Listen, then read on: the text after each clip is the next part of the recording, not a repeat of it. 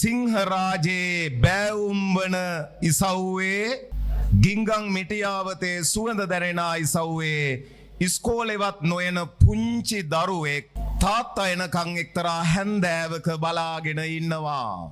එදා තාත්තගේ පඩි දවස තාත්තා මොනව හරි අරගෙන එනවා. පුතා බලාගෙන ඉන්නවා තාත්තා එනකං. තාත්තා නෙරගල් කන්ද මායිමෙන් මතු වෙනවා. පුතාට පේනවා. තාත්තගේ අතේ වෙනද නොතිබිච්ච මොකක්දෝ බරට බෑග් එකක් තියෙනවා. පුතා තාත්තා ඉස්සරහට දුවගෙන යනවා. තාත්තගේ අතේ බරට තියෙන බෑග් එක ගන්නවා. ගෙදර ගිහිල්ල බලනවා. තාත්තගේ මූණ බලනවා ඒක විවර කරන්න වගේ. තාත්තා අවසර දෙනවා. විවර කරනවා තිබුණේ කැසට් රෙකෝඩරයක්. ඒකේ පුතා අමාරුවෙන් ඉංග්‍රීසි අකුරු ටික කියව ගන්නවා අම්මා කියලා දීපු.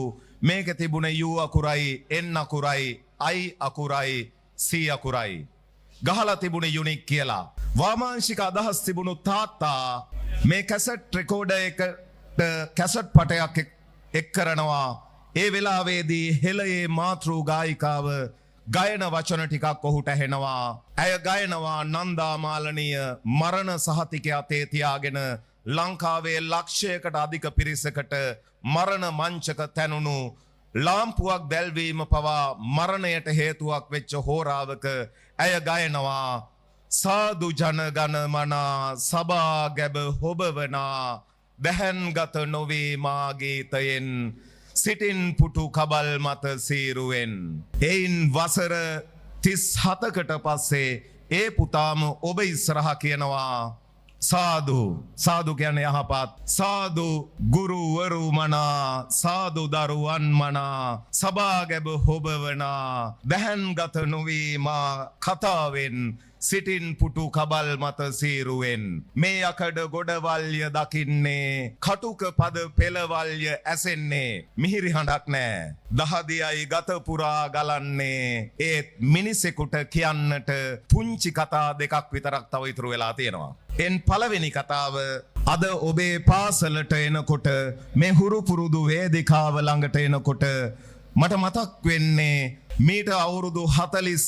මීට අවුරුදු ගණනාවකට කලින් ස්වකීය ජීවිතයේ 47 වෙනි සැතපුම් කණුව ළඟදී ජීවිතයෙන් බැසගිය මහගම සඳපහන මහගම සේකරයන් ලියනවා කලාතුරකින් ගමට යන විට මගේ පරණ ඉස්කෝලය පෙනෙයි මට සිංහල උළු සෙවිලි කලේ වහල යට සංගවා තිබේ මගේ ජීවිතයේ සතුට කලාතුරකින් මාපල ගමට එන විට මගේ පරණ ඉස්කෝලය පෙනෙයි මට. අද සිංහල උළු නෙමෙයි මේකේ තියෙන්නේ. සෙවිලි කලේ සෙවන යට සංගවා තිබෙයි දශකයක ජීවිත සතුට.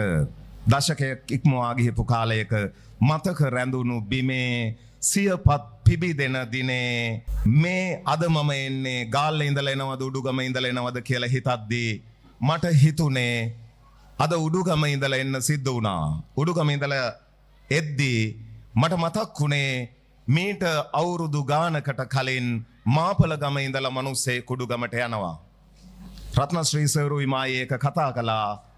පරණ තානායන්ගොඩ පැත්තේ හිටපු මිනිස්සෙක් දවසක් උඩුගම පැත්තට යනකොට උඩුගම පැත්තට වෙන්න තිබිච්ච ගල් පර්වතයක් පාමුල පොල් අතු වලින් වහලා ගෑනු කෙනෙක්ගේ මල සිරුරක් තියෙනවා. මේ මල සිරුර දිහා මල සිරුර ළඟ පුංචි දරුවෝ දෙන්නෙක් අඬනවා.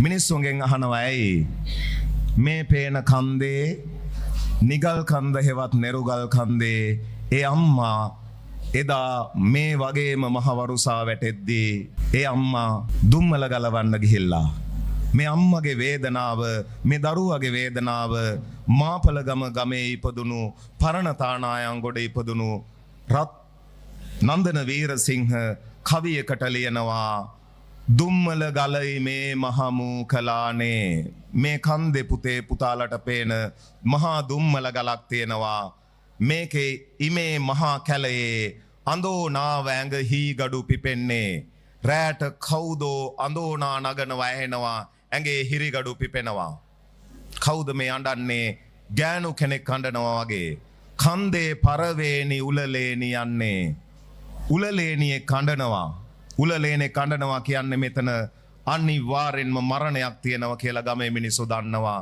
රෑ සමය මේ ඇයි මං බය කරන්නේ? ඇයි මං බය කරන්නේ? එයා අතීතයට ගිහිල්ලා අතීත කතාව කියනවා. අපේ අම්මා දුම්මල ගලවන්න ගියා. අපිට අම්මා කෙනෙක් හිටියා. එයා දුම්මල ගලවන්න ගියා. එදා තල්ගස්වල පොළ තිබුණේ නෑ. ඒවා මිටි බැඳන් වඳුරඹ පොළට ගියා. හාල් ටිකට පොල් ගෙඩියට ණයක් තියා කොපි පොතකුයි පැන්සලකුයි ගෙනෙන්නියා. අම්මා දුම්මල විකුණලා ඒ සල්ලි වලින් දරුවන්ට ගෙනල්ලා දුන්නේ කන්න නෙමෙයි. පොල් ගෙඩිය ණයට ගෙනාවේ, හාල් ටික ණයට ගෙනාවේ, කොපි පොතයි පැන්සලයි අරන් ආවේ. මේ ඉමේ මාපල ගම අම්මලට එදත් දරුවන්ට උගන්වන්න උවමනාව තිබ්බා. ඒ වෙනුවෙන් අම්මා දුම්මල කඩන්න ගියා. හැබැයි ජීවිතේ එක දවසක් එනවා වරදින අම්මට. වැහි වැහැලා ගල ආඳා බඩේ වුණා. අද වගේම මහා වරුසා වැහැලා ගල ආඳ බඩේ වගේ ලිස්සනවා. අම්මා එදත් ඒ ගල මුදුනටම වුණා. අම්මා එදත් ඒ ගල මුදුනට ගියා. දරුවන්ගේ බඩගින්න ඉස්කෝලේ ගමන නතර කරන්න බෑ. අදත් පුතාලා මෙතන ඉඳිද්දී පුතාලගේ අම්මලා ඇති තේ කෑලිවල.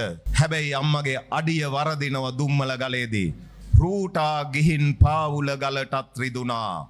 අම්මගේ අඩිය ලිස්සනවා. ලිස්සලා අම්මා පහලට ගිහිල්ලා පාවුල තිබිච්ච ගලටත් රිදෙනවා. අම්මට කොච්චර රිදෙන්නේ නැද්ද? පාමුල තිබිච්ච ගලටත් රිදුනනම්. අම්මා තිව් විලාපය තාමත් ඇසෙනා. අම්මා විලාප ගහනවා. දුම්මල ගලෙන් පහලට ඇදිලා යද්දී ඒ අම්මට මතක් වෙන්නේ නැති දරුවෝගේ මූණු. දරුවෝ ඉස්කෝලේ යන්න ඕන බව, දරුවෝ බඩගින්නේ බව මතක් වෙන්නේ නැති අම්මා තිව් විලාපය තාමත් ඇසෙනා. ඇලබඩ රුප්පාව ළඟ රෑ හඳ පානේ ඉන්නා කලට ඔය දුම්මල ගල පෙනුනේ. ලෝභ නැතුව ඔය ගල දුම්මල දුන්නේ.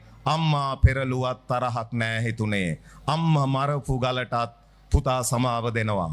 මේ දරුවෝ තේරුම් ගන්න ඕන දේ මේක ඇතුළෙම තියෙනවා. අපිට මොනවා හරි දෙයක් කරපු කෙනෙකුට වුණත් අපි අතපය උස්සන තැනට යන්න ඕනේ නෑ. මාපල ගම දරුවෝ වෙනස් වෙන්න ඕනේ එහෙමයි. අවසන් කතාව. මේ කවිය ඇතුළත් වෙන්නේ ගිංගඟේ විලාපය කියන කවි පොතේ. ගිංගඟ විලාප ගහනවා අදටත්. අදත් විලාප ගහන්න සූදානම් වෙච්ච වෙලාවක්. ගිංගඟයි අම්මයි අතර සම්බන්ධය වෙනස් කරන්න බෑ. ඔබ දන්නවා දෙනියාය කඳු පන්තියේ ගොනෙකුගේ හිසයේ හැඩය ගත්ත කන්දක් තියෙනවා ගොංගල. ගොනාගේ එක නාස්පුඩුවක් හැරිලා තියෙන්නේ මාතර දිසාවට. ඒකෙන් ගලන දිය දහර තමයි නීල වාලුකා නදී හෙවත් නිල්වලා නදී. ඊයේ දිනයේ තිවුණු මාර්තු 2 වෙනිදා සිය ජන්ම සංවත්සරය සමරන සිංහල භාෂා දිනයේ ඔහු වෙනුවෙන් යොදා ගන්නට යෙදුණු කුමාරතුංග මුනිදාසයන් ඉන්නේ. ඒක නාස්පුඩුවකින් ගලන දිය දහර ගලපු ඉසව්වෙන් තමයි කුමාරතුංග මුනිදාසයන් මේ සිංහලය පෝෂණය කළේ. අනිත් නාස්පුඩුව හැරිලා තියෙන්නේ ගාල්ල පැත්තට. ඒකෙන් ගලන දිය දහර තමයි මේ ඇතුමලේ පාලම හරහා යන ගිම් නදියේ හෙවත් ගිංගඟ. මේ ගිංගං මිටියාවතේ මිනිස්සු සිංහල සාහිත්‍යයට දුන්නු දේවල් අම්ම ගැන වුණත් අපරිමාණයි. ඔබේ අම්මලා තාත්තලා, ඔබේ ආච්චිලා සීයලා මේ ඉසව්වට දුන්නු දේවල් අතරේ ගිංගං අම්මා කෙනෙක්. ගිංගං අම්මා කෙනෙක් කලේ ඒගොල්ලෝ අපිට සාහිත්‍යයේ වචනයක් දුන්න පුතේ. එයාලා කවියක් කියනවා. අම්මට සිරිගජ වේගෙන එනකොට දූලගේ බඩකට පිරවෙන්නේ. එන්නම ඇවිදින් නැවිල්ලා යනකොට උන්නේ තැන්වල ඇහිරෙන්නේ. ගෙන්ගෙට දාකර වදාපු දරුවන් ගින්තොට නැන්දත් නෑදන්නේ. ගින්තොට නැන්දගේ දූවරු හින්දයි ගඟ බඩපත්තුව වෙනසෙන්නේ. මේක කියනවා මේ කවිය අම්මට සිරිගජ වෙනවා කියන්නේ ඊයේත් හොඳටම සිරිගජ වෙමින් තියෙනවා. දැන් ගින්තොට අම්මට සිරිගජ වෙනවා කියන්නේ ගිංගඟ ඉහත්තාවට වහිනවා. වහිනකොට දූලගේ බඩකට පිරෙනවා. දැන් මේ වටේ තියෙන කුරුපනාව පැත්තේ දූලගේ බඩකට පිරීලායි තියෙන්නේ. අම්මා යනවා දූල බලන්න. එන්නම ඇවිදින් ඇවිල්ලා යනකොට උන්නේ තැන්වල ඇහිරෙන්නේ. මේ සිරිසුනන්දේ එහා පැත්තේ දූල බලන්න ඇවිල්ලා ඔන්න ඇහිරිලා තියෙනවා. ගෙන්ගෙට දාකර වදාපු දරුවන් ගින්තොට නැන්දත් නෑදන්නේ.